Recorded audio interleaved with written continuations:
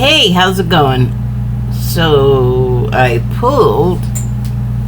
Oh, I'm here to read some cards. Hi, how you doing? Look at some signs I have up there behind me.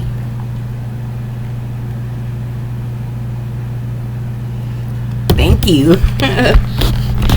Okay, so I pulled one card from Shaman's Dream Oracle deck.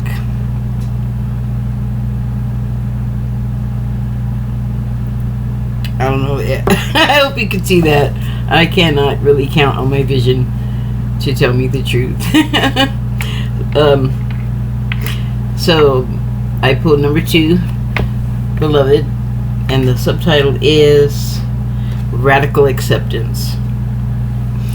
Okay. I gotta tell you, when I saw this, it made me think of the let me try that again. Robert Plant album, Carry Fire.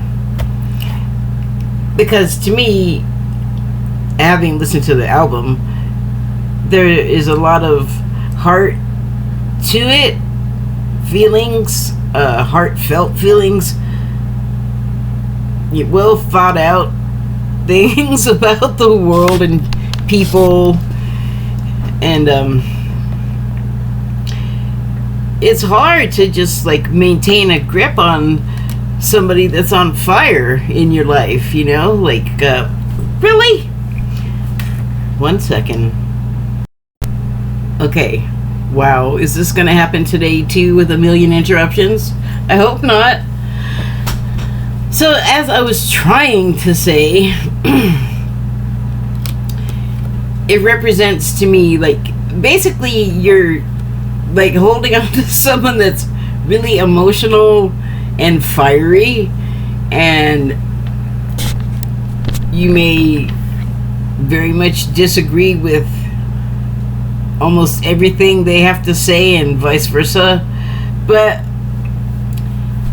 especially if it's someone close to you, it would be terrible to lose that connection. And so if one person is intractable, it might be, if they care enough, incumbent on the other person to just remain compassionate and accepting and not fight with them about what they believe, because if they feel that strongly about it, I mean, I don't know if maybe some people might try to talk other people out of some things because they think what they're involved with, the people, what the belief system is unhealthy for them in some way. And it's, you know, that you're caring and concerned about someone, but if we're talking about adults, you know, you kind of have to just let people go their own way. And what is the problem with this thing now? Go their own way in life. And I had occasion while watching a video to comment to the person making the video, because they make kind of the same video over and over where they try to go to like Trump people and talk sense into them, I think is the plan. Or I don't know, I haven't watched a whole lot of that part of the video, because what I did see, I just feel like it's not great to just go in there and basically mess with them like in their element. And I'm not like exactly sure like what this person's angle is. I know that he's upset about it. I know that he thinks that they're thinking wrong, and that there needs to be a stop put to it. But my remark was, you know, especially after all these years now, since 2015, those people that are Trump Q MAGA people, they're not going to change their mind. Like, and what I said was they're not going to come around. And I wasn't like, that was it. Like, I didn't want to be all stop bugging them. Well, I mean, I did, but that is not the way to talk to people. And I just said, they're not going to come around. And then on the heels of that, I thought, thinking of him, neither are the anti-Trumpers, because he won't leave them alone. I mean, there's reporting, but there are certainly a number of people that go in there to speak to these people, and they may ask legitimate questions, but then they take the footage back and they're talking about it on a comedy show. So that right there ought to tell you they're not going to be reflecting positively, I guess, on the people that they were talking to at this thing. And I don't know, seriously, what the hell?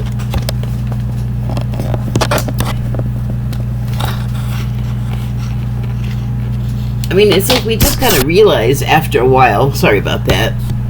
I think I might have come unplugged. Nope, I don't know why it keeps going out. It just wants to annoy me, I guess. Can you just stay over there and be innocuous and not bother me? I'm trying to finish. Anyway, I mean, there's a number of ways you could deal with a person in your life, or I guess not in your life, that is just triggering the hell out of you, and you gotta keep talking about it. Or it's your job. It could also be any number of that kind of thing for the other person, but for the interviewer person, I'm saying. But if you care enough, you will just do your best to be by that person's side while they're going through what they're going through. And it would be hard, since I don't even live with anyone, so I don't have to deal with anything like that. But I think it would be very difficult to just kind of function normally when their truth is intruding all over yours. And the foundation and basis of those truths that everybody is holding, we gotta like be true to our own, or else be mowed down and overtaken by other people that are strongly projecting their stuff. I don't know that I could do it. I feel like there'd have to be some kind of saint, but people do, you know. People just go through the stuff, the crazy stuff with their family, and you know, if it's not their deal and they don't want to bail on their family, like maybe they're like, my family needs me right now, like I don't know exactly what's going on with them, but I think I need to be here to be like a normal person, like an anchor to the reality that we all used to agree was real. But even if it's not that situation, or even that scenario, there are so many others where, like I was asked, how do I describe love, I think was the question, and this person asks me the weirdest questions, and they were talking about romantic love, and since I haven't really got a whole lot of that to talk about, I talked about other, like, it's small situations with people or family, you know, just little funny things where you shared some moment and it made you laugh and it's memorable. And I told him that, like, one of those things for me was, I have a friend, and I was helping her fold laundry one time at her house, and to this day, because I have the spoonerisms, I do it on here fairly often, and I don't know what I was saying to her, but to this day I can just make her collapse if I just say Pete's and Shillows. And like, see, I'm getting a warm feeling in my heart over that. To me, that's love. And he was like, oh, no. Well, I don't know if he was like that. It was online. I added that emphasis. But he was like, no, that's not love. And he started telling me that's like a man and a woman and all that. And I was like, oh, shit, this guy has a lot of rules, I think. Do you have rules about gender, too? Because, I don't know. we may run into disagreements or something. But anyway, we all certainly have our own ideas about things, though, that's for sure. And I think just, oh, so bite me. I don't know what's wrong with that thing. Well, anyway, we all have our things, and we all exist together, and I think the kind of problems that we have right now with I'm going to say disagreements, but it's growing, everything's grown way beyond that. But I think it's just that nobody wants to give an inch, or have a consideration for the fact that you're going to disagree with people, so the people that don't agree with you are really going to believe what they're into. And it's not like there absolutely has to be only one or the other, because there's not even just two sides to stuff. I think I feel like we would have a lot less problems that if we did something like, instead of fighting each other over everything, learn to look at it differently, like we used to. I think we used to be able to do that. It seemed like we weren't like at each other's throats as much as we are now. But let that person believe whatever the hell they want to believe. Does it make your life change? What I was talking about earlier, yeah, there are instances where someone you're close to, or someone that affects your life closely, can make changes in it because of something they're going through, but that's almost different than what I'm talking about. I'm just talking about being able to tolerate and accept each other, and maybe it is radical acceptance. Like, maybe that is how polarized we've become, that it's like the idea of just kind of going, okay, you think that, I think that, all right, whatever, let's move on. Whoa, what a concept. I don't know if anyone was like that, like mapped out about it in their speech, but it sure seemed like we were able to just be like, okay, your thing's crazy, but you go. You know, because who's to say that, you know, someone else is going to look at you and isn't going to look at you and think the same thing about whatever your deal is.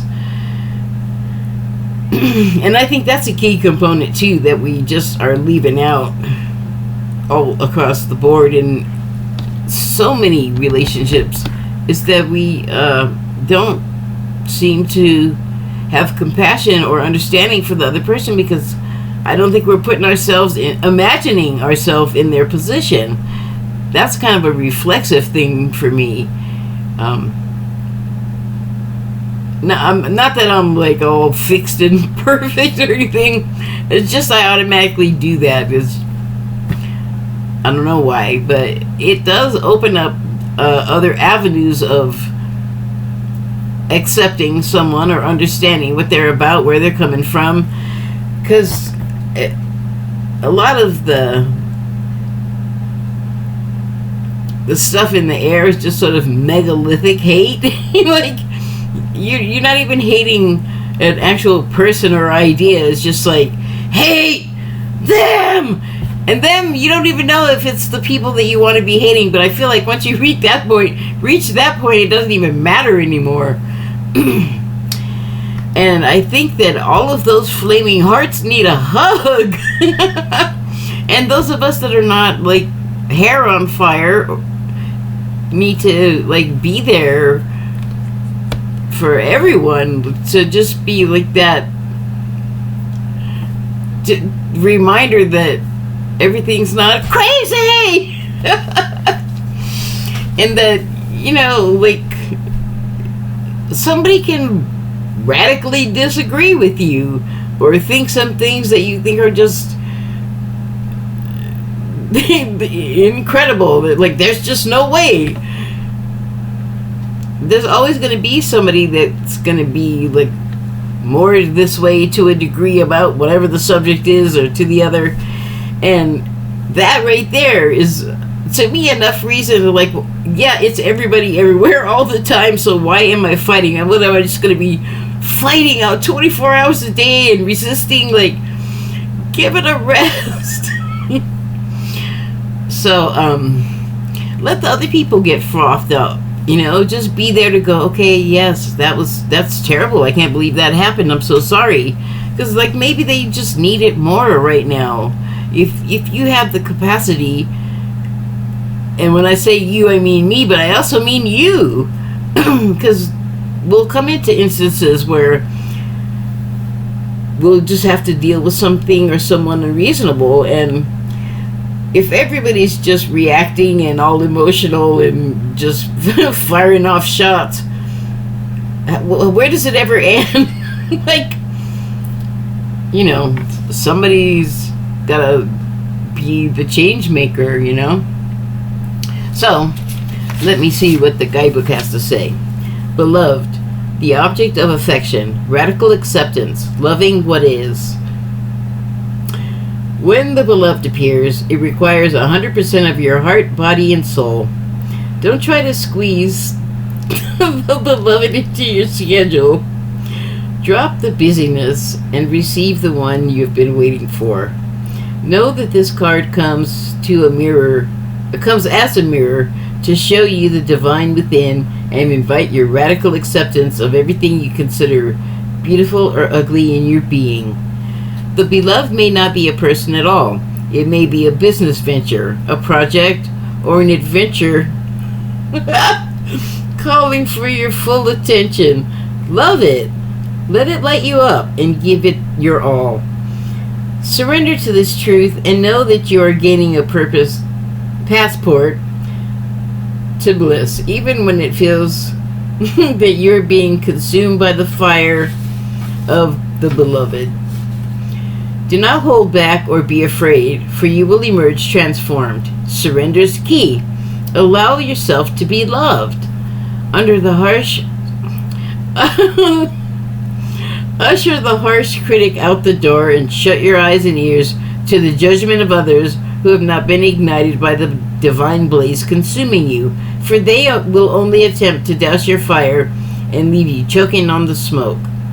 Be careful you are not seduced by false promises or falling prey to your extraordinary ability to sabotage your own dreams and desires.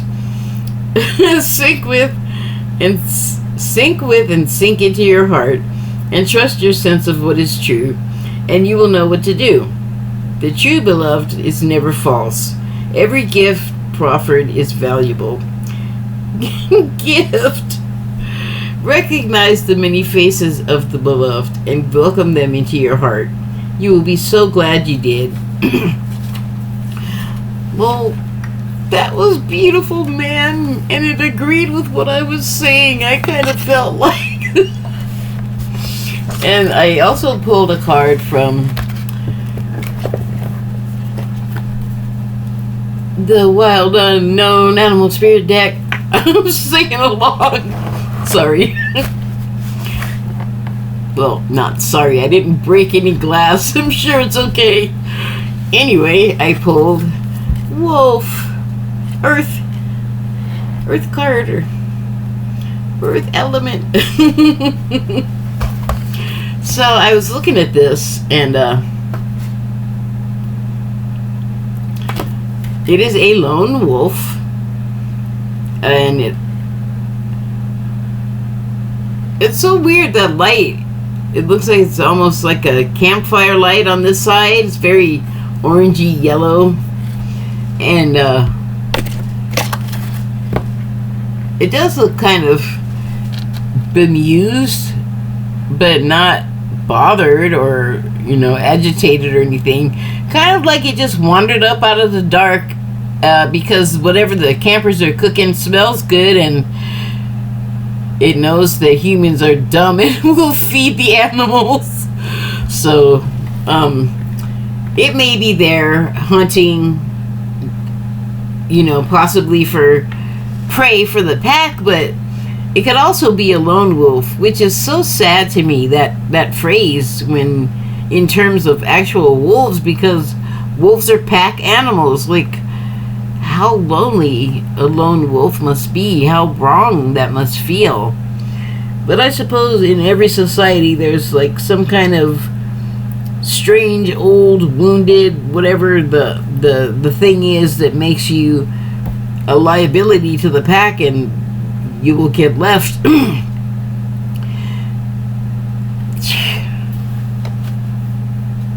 So, but the lone wolf, it's gonna survive. It's an adult, so it knows how to do some things.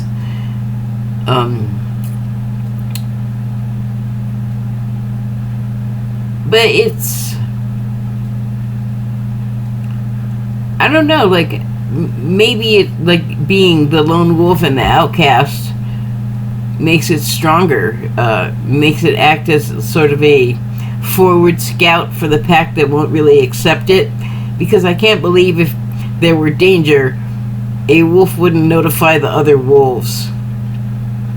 So, like, loyalty, regardless, and wow, I can't believe this word is coming up again today. Fortitude, because being alone and having to keep watch over everything while you're trying to sleep and not become hunted yourself by men, like, there's benefits to being in a pack. So the wolf would have to learn how to be a super wolf almost, because they're doing the work of the whole pack. Oh, so I'm going to read from the guidebook. Wolf, guardian of family and tribe. Activism, ritual. The wolf's mission is to uphold the well-being and longevity of the pack. Healthy wolf energy expresses itself through activism, mentorship, humanitarian efforts, or teaching, religious or political studies. The wolf gets into trouble when it assumes every member of the tribe must follow suit. This includes children walking in their parents' footsteps. Although it'll surely be uncomfortable at first, practicing tolerance helps balance out agitated wolf energy. Contemplate the following: embrace all. Oh, I didn't see the semicolon. Where'd it go? Contemplate the following: semicolon, embrace all, exclude none. I like the way that just sort of ties right into what I was saying before about one holding the group together, or holding, the responsibility of, sort of being the shepherd of the whole group. That's kind of a weird choice, since wolves like to steal sheep from herds, but I don't know, I'm sure there's a wolf name for the head wolf, but it's escaping me at the moment. When in balance, reliable, democratic, fearless. When out of balance, judgmental, dominating. To bring into balance, practice letting go. Gee, only the hardest one of the things to practice. Okay, well, I don't think I have much more to add to all of that there. Both are a metaphor for the other, and everything I talked about each card, I feel like, is kind of a call and response. So I don't know if you feel differently. Discuss. Thank you and good night. Oh, not a touch screen.